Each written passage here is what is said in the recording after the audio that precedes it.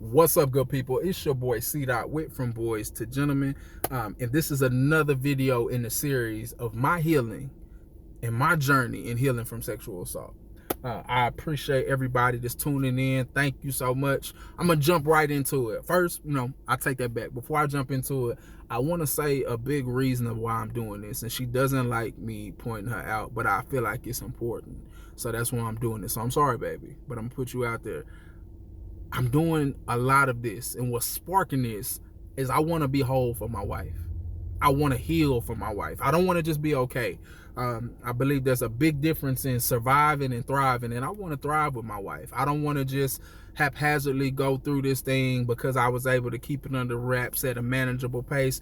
I want to heal, and I'm willing to go through that pain and revisit those ugly, dark places for the opportunity to heal so I can be the husband for her that she deserves. I love you, my queen, and thank you for that. So that's my caveat. Don't beat me up. I had to toss that in there, baby.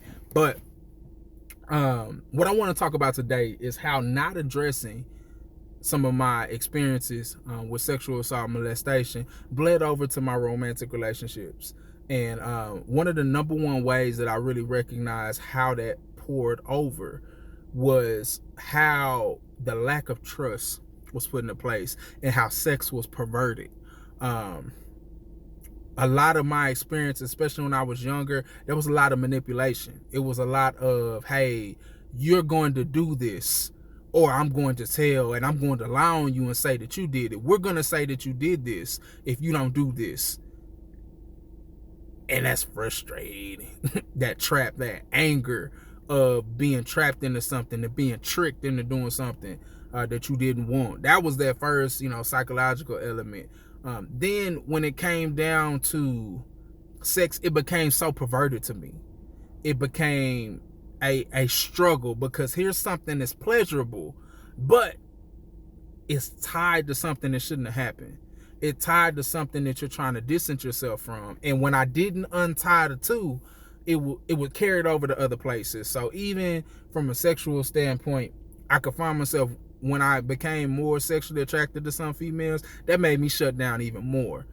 And it wasn't so much that I was scared. It was, I couldn't reconcile that inner dirtiness that I felt, because like I said, it had been perverted for me. So when I came and to become, more sexually active, and even kissing or hugging or touching, whatever the case may be, there was a certain level that hit me where I was shut down. And a lot of that shut down turned into separating completely, because I didn't know how to deal with that at all. So, even in my long-term relationships, I started to really shut down at the thought of sex. I shut down emotionally, even if I continued physically. If I decided that I was going to be active in a certain way, and this might be too much information for some, but we're putting out there, simple as that, the difference between oral sex and vaginal sex. For me, I was able to engage in oral sex because that's something that had already happened to me at, the young age. All of those things are things that I experienced. So, the kissing, the fondling, the oral aspect of things, those are things that were forced on me. I never penetrated anybody or had been penetrated or anything like that. So that was something that was sacred to me. That was something that, even if I was out here and we did do something, mess around like that, that's where I drew the line at the vaginal aspect of things, because that was my control. That's something that never happened without my permission. That's something that never happened without my control. And I wanted that control. I wanted to have ownership of something, even though I wasn't able to really articulate that. As I look back at things, that was my goal. So, even when I told females that we weren't going to have sex, like we weren't going to have vaginal penetration, there was rarely ever a belief that came behind that. They thought it was a joke, especially if we was messing around and doing other things, then that's just a given. If you're going to do that, then you're going to go along with that. But I was trying to cope, and I was trying to take power back. So if I told a female no, I felt some power in that. if I was able to,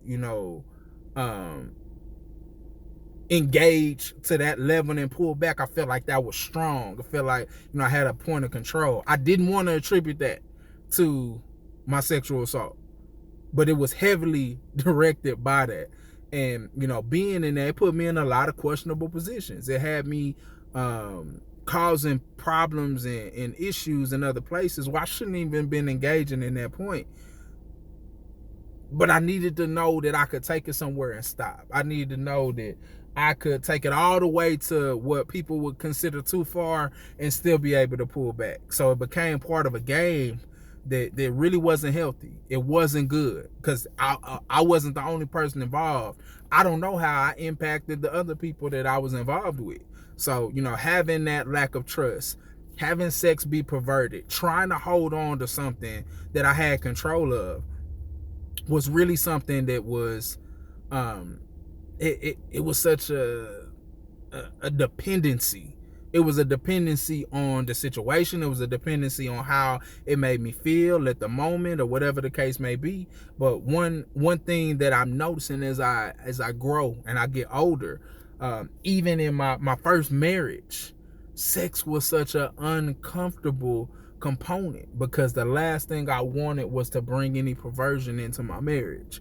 And, even something that may have been thought of as pleasurable or, something that was interaction, just even how it happened, it became problematic because I never wanted to bleed over anything. I that was my wife. That was somebody that I was with at that time, and everything's supposed to be free and allowed and everything. That never happened. There was never really a freedom. It was this lane that you stayed in, and you stayed there because the last thing I want to do is trigger any of those old feelings. Because again, pleasure had been confused with that perversion. So, one of the hardest things, as I stated in the prior video, trying to separate pleasure and permission is a very difficult thing. They didn't have permission to do the things they did, but it didn't change the fact that it felt good physically. So a lot of that perverted how I viewed sex. It perverted how I interacted with females. It perverted how I viewed other females when it came down to sex. So if you wanted to engage in me sexually, there was a multitude of other things that you were trying to do. You didn't want me. You didn't want pleasure. You wanted to control me. You wanted to be able to pin me into this corner. You wanted to be able to have me looking stupid. And you add to that all the movies and stuff that you watch. You always got this man that slipped up because he went out and did this, or they presented as the woman tricking him into this and getting them all caught up. And that was something that I despised. So a lot of that is, even if somebody was interested in me in that way, it turned into this cold part of my heart that, it became, okay, match on, game on. I'm gonna show you that you can't manipulate me and control me like that. And it really didn't allow me to experience the relationship. That whole time I was worried about not looking stupid, to the point where I either, decided that I was going to shut down and give the image of still being open, which is a very dangerous tool that I used a lot, or I made the decision to simply be okay with what you're doing. I made it seem like, oh, okay, that doesn't bother me. And I could hold my composure well enough to believe that, even within myself, not realizing that whole time I'm lying and saying that I'm okay with this, it was hurting me. It was damaging me. It was making me more and more reluctant to be open and trusting in other places. And, that's why, I opened it really talking about wanting to be whole for my wife, because this is a message I want to close the video with. You may not be open for your mate because you haven't healed. There may be elements in your relationship that you can't even begin to offer.